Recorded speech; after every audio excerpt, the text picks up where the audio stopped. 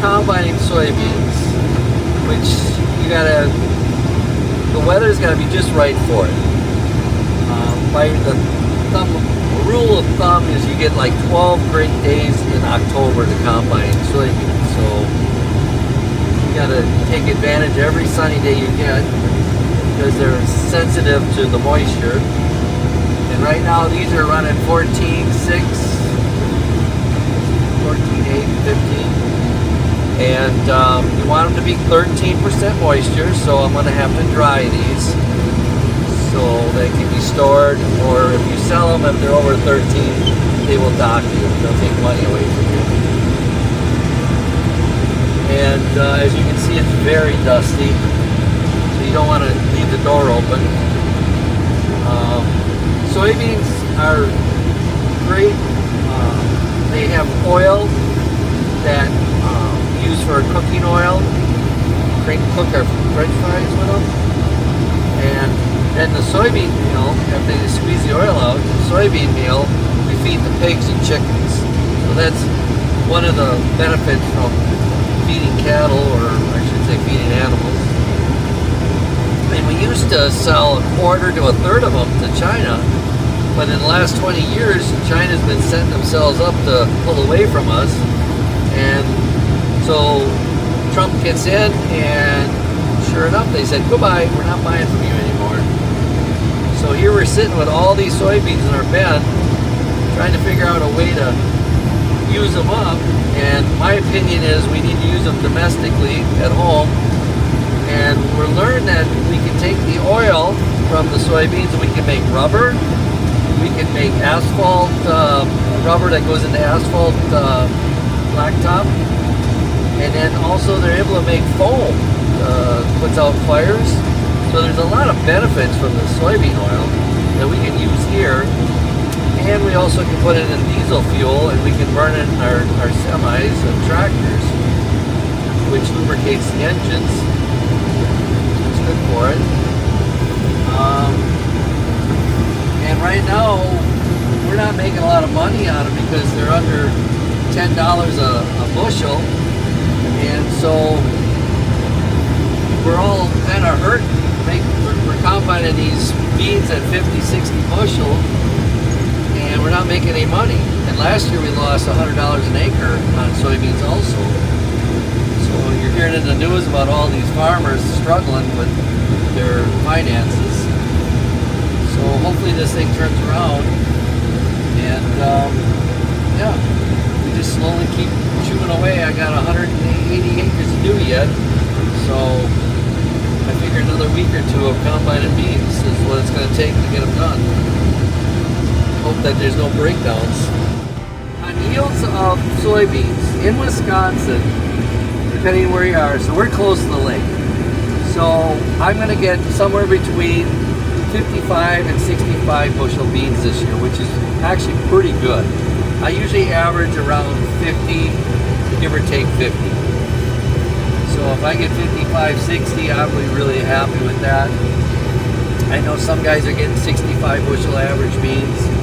Now if you go down to Illinois, Indiana, where it's Corn Belt, you hear them getting 80 to 90 bushel. So yeah, beans. And I've heard of some people getting up to 100, 150 bushel beans. I'm full. Uh-oh, look at that. Grain and soybeans. There goes the profit. This is the yield monitor, and it has sensors in the combine. It tells me how many acres I did, what the moisture was, 14.8, and I averaged 54 bushel, and I have a total of 303 bushel up in the grain tank right now, which we're spilling, and we're raining ram soybeans on top of the cab. They got a name for that, bean cab beans or whatever. So we don't like to do that. That's the problem. So we'll get these unloaded in the wagon and we go at it again. So if I don't hit the wagon with the head, 30-foot head.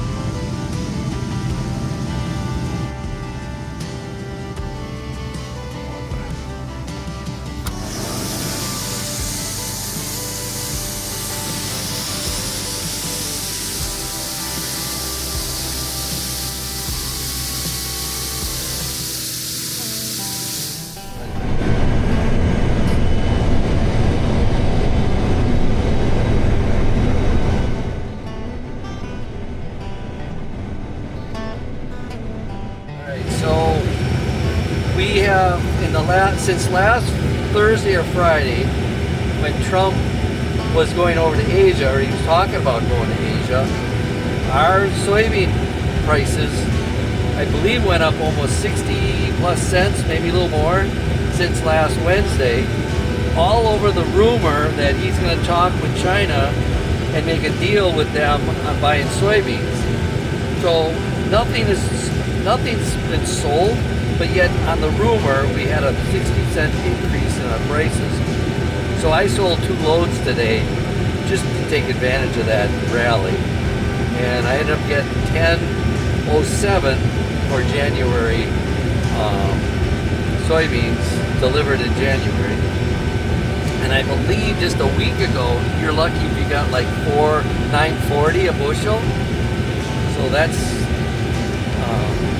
how volatile our markets are right now. And if they would buy any beans, China would buy, you'd see it probably go up another $1, which would be awesome. So we've been planting about 700 acres of ground for the last, I'm going to say last 15 years. And over those 15 years I've planted usually about 250 to 300 acres of soybeans, and somewhere in that range. And then I'll plant 200 acres of corn, sometimes 250, but 200 acres of corn. And then we usually plant about 100 to 120 acres of wheat. And then I usually plant about another 20 to 30 acres of rye for seed. And sometimes I'll plant a little barley, and that's for the cover crops. So is the rye is for cover crops.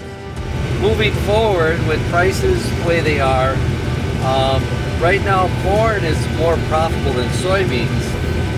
So with losing about 90 acres, I might only plant like 200 acres of soybeans, not the 300 like I usually do. And I'll still plant maybe 190, 180 bushel of corn, something like that. We'll see how things go with prices come spring. We don't have to pull that trigger until the middle of April. End of April is when we start planting. So we got a little time to make that decision. I'll have the seed all bought. And I haven't bought a lot of fertilizer yet. And we can always put that on in May for soybeans. You don't have to spread that until after you planted the beans. So, I mean, we got some flexibility moving forward with prices. And next year could be a drought. You never know what the weather's going to bring. The good Lord, He's in control of it. We just plant the seed, we pray for rain and right weather.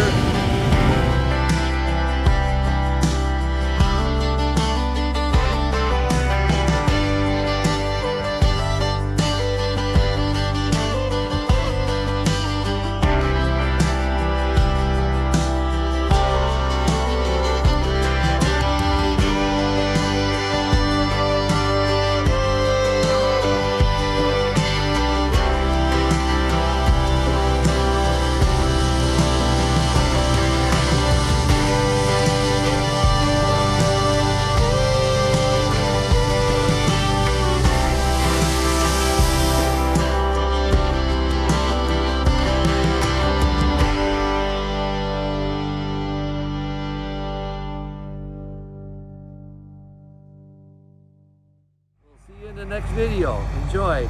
And we didn't run over Brandy.